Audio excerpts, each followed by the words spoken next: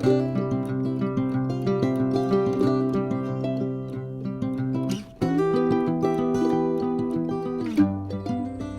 name's Brenda Neer. I'm the president of East Gwillimbury Gardeners, and today we're at Ani Kyd's garden, and we're going to be doing a little bit of dividing of a big hosta and a few other perennials in Anne's garden. And this is Charmaine Hunter. She's one of our board members, and I should say Ani Kyd was our past president, still is our past president. And so first we're going to tackle this big hosta here. We're going to take part of it, we're going to leave a piece, and it looks as though it has a fairly natural division across there. It seems to separate itself quite happily at about that size. So we're going to take off all of this. Try and get down in the middle with this, or do you want to use your shovel? I think if we put the shovel down first, okay, and get that out first, okay, then we can deal with positioning the leftover bit. okay. Okay? So what I'm doing now is I'm going all around the plant, and because I know it's giving me 6 inches, whatever I hit, I know has to come off. I also kind of try and lift at the same time.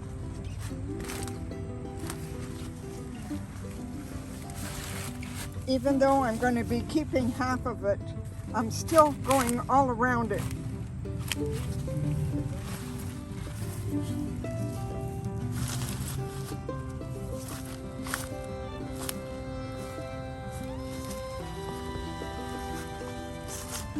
Now you see how this is almost a natural division, and it's coming up all by itself. I won't have much to do with this. We can take it all out.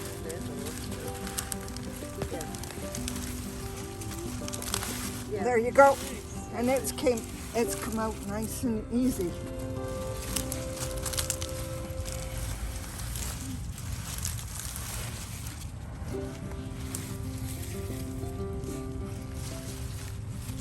Okay, now we're going to do the other side.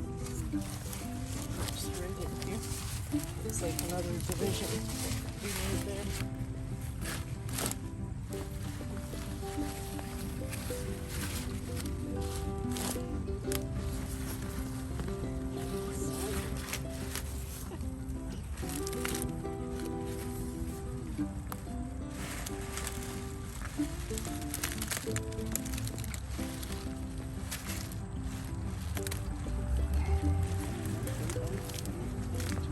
This side? There we go. Oh, she's got it. She's out. Once you've got your plant out of the ground, what are you going to use to divide it? Well, your options are quite extensive. You can either use your shovel again, which I will be doing several times, but also I have a series of other tools. Now, we could use a root tool like Anne's got here, or mine, right? You will need, or what I did is I went to a secondhand shop and I got myself a bread knife. I like this tool the best. Then for really woody roots, you really need a saw, all right? The saw is a saw that you would use to cut the limbs from a tree. I just finished pulling apart a gora this morning, which was very woody. I had to use the saw to get it apart. Okay, a little shovel always comes in handy. Some secateurs as well always come in handy to divide some tenacious roots. Okay, that's it for the tools.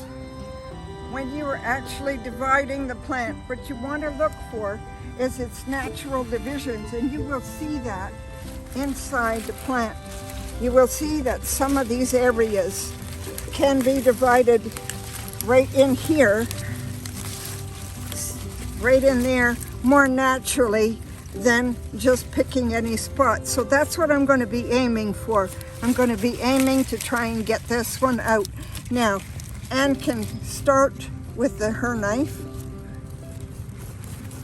Okay, there you go.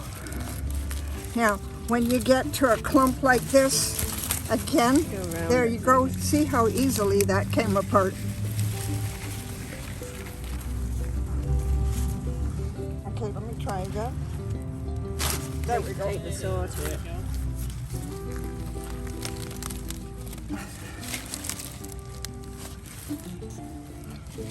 This is a very, very old hosta. They're not normally as hard as this.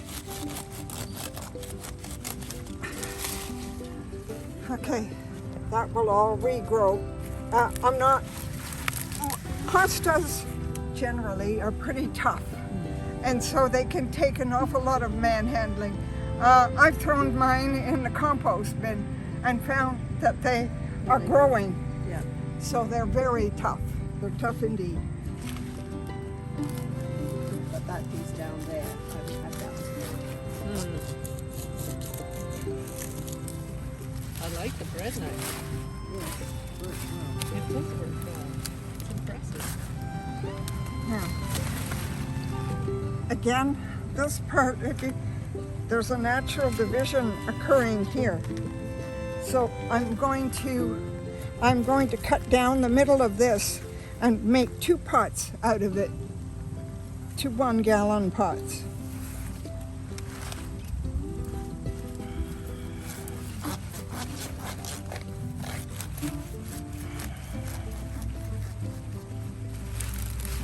There we go. 2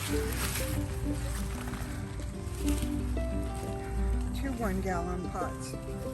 Okay, so after you get your plant out of the ground and you have it into a bunch of divisions, part of it you might want to put back into the hole. So if you have a bigger piece and you want to fill that back in with one of the divisions, you can do that. And then maybe you want to donate some of those other divisions to our plant sale in the spring. That would be nice. So you want to pot those up.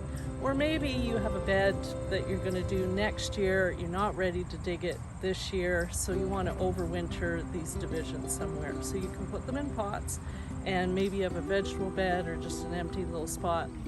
You can sink these pots into the ground and let them overwinter. Make sure you label them well with a marker on something that won't fade, because come the spring you probably won't remember.